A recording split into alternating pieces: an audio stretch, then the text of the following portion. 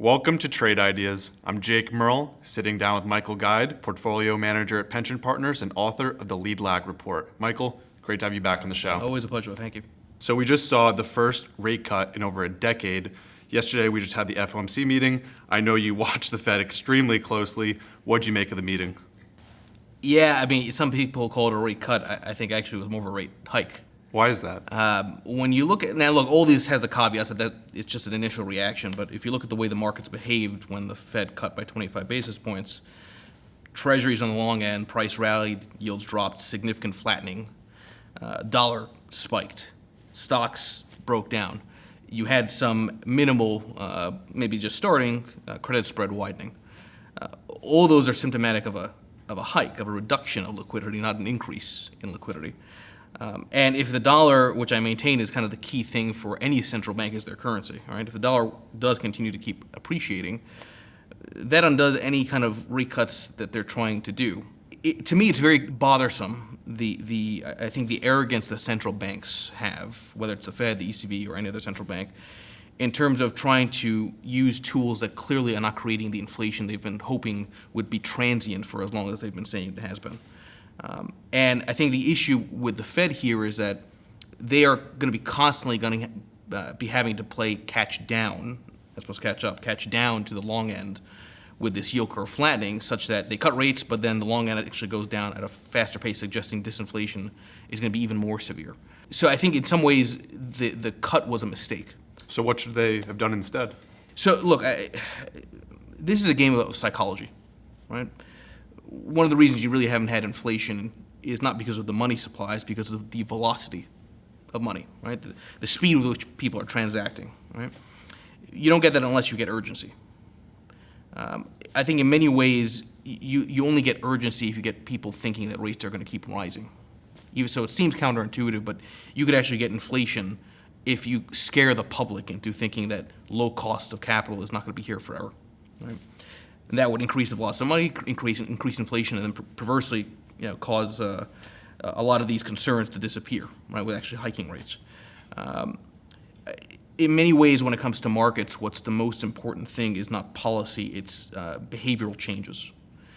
The market likes to have the illusion of certainty about an unknowable future. You don't give the illusion of certainty by saying, well, we're going to cut 25 basis points, it's going to be one and done, and we're not sure what we're going to be doing. Better to say we're either not going to do anything, we're going to keep rates as they are because we're confident, instill that confidence in market participants, or say, you know what, we're confident that we're going to do everything we can to cause the yield curve to actually steepen, and we're going to go ultra aggressive cutting short rates to stop this trend. But to go in the middle and to be wishy-washy the way it seems, as I like to call him, Papa Powell from the Fed has done, I think it's a very, very bad judgment call on the Fed's part. So you're not worried at all about slowing growth and upcoming recession? Recessions are healthy. I've made this point on Twitter on the Lead Lag Report, given all this Democratic debates and politics season coming in here. The best candidate, whether it's for a Fed chair or for a presidential spot, is the one that recognizes and says to the American people, we have to suffer now to have a better future later. The U.S. government has $22 trillion of debt. Stop all conversation. $22 trillion of debt. The Fed continues to enable ongoing borrowing by lowering rates, so there's never any discipline on a spending side from the fiscal end of things. And you're going to have a recession no matter what, or at least very poor future growth, because at some point that debt has to be paid by the taxpayer or inflation. The Fed's not getting inflation. Good luck trying to get voted in on taxes. So I don't fear a recession now. I fear a depression later. So in terms of playing the current market environment, how do you suggest traders play the setup? I think it's very tough, right, in the sense that obviously you're not just combating rates here, you're combating rates overseas, and we may have to see what the ECB ultimately is going to be doing on that end and how that impacts European credit markets as well. I think this is an extraordinarily difficult juncture for all asset allocators. I really do. I've maintained that you're probably more likely to have the reflation theme. I still think that's more likely than not. Even though we're seeing the dollar spike? Because I think the dollar is enormously overbought. Now, having said that, overbought can stay overbought for a long time. right? That's why I'm saying this is very tricky. I think the dollar strength has surprised a lot of people, and that's what markets tend to do, right? This is all about probabilities, and I think if the dollar does continue to go higher, the Fed probably will have to do a panic move, or there's going to be some degree of quote-unquote intervention, even if it's just words. And I'm sure you're going to see tweets from Trump on that end. So I still think you have the reflation theme in there. I think if anything, we're going to be entering a juncture, a cycle, where what's going to matter the most is those investments tied to discipline as opposed to gut reaction or feeling on data that does not predict the future. So what I mean by that is I think you're entering a juncture where you're going to have a degree of debate around whether the fiat system as it is now, the central bank's removal of their tying to the gold standard, was ultimately the right move from a very long-term perspective. I'm not a gold bug by any means, but I think gold is very much a sign of discipline, or is a tool for discipline when it comes to policymakers. And clearly there's no discipline, but from the Fed or from the government, right, in terms of spending. So for anybody that's saying, well, what should I invest in for the next 10, 15 years, I would suspect that gold probably is an interesting play, right? Because you may have potentially a shift towards a more sane policy. Now, if you don't, this $22 trillion of debt, I keep going back to this debt is the problem. I don't know how in the world we're going to get out of this. So you mentioned 10 or 15 years for the time horizon for gold, but what about over the next 3 months? How should we position right now? So it's always important to recognize where you are in the presidential cycle, right? So the third year of the presidential cycle tends to be a pretty strong one. Obviously, markets have been incredibly strong, at least in the U.S. Small caps have not been as strong, and I always rant on that point when people say the market is at new all-time highs. Stop, don't say the market, because the market is not the S&P 500, right?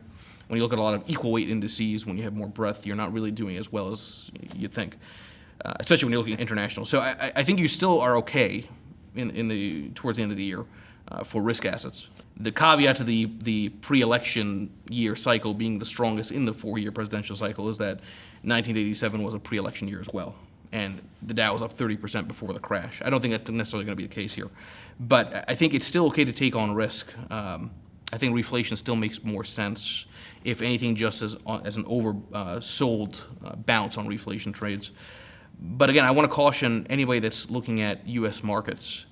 You have to keep in the back of your mind this issue of equities going up because we're taking on so much debt. And you can say that debt doesn't matter, but there's a point where debt creates significant divergences in wealth, which is what we've seen over the last several years, significant divergences in how one should behave in a sort of more logical environment.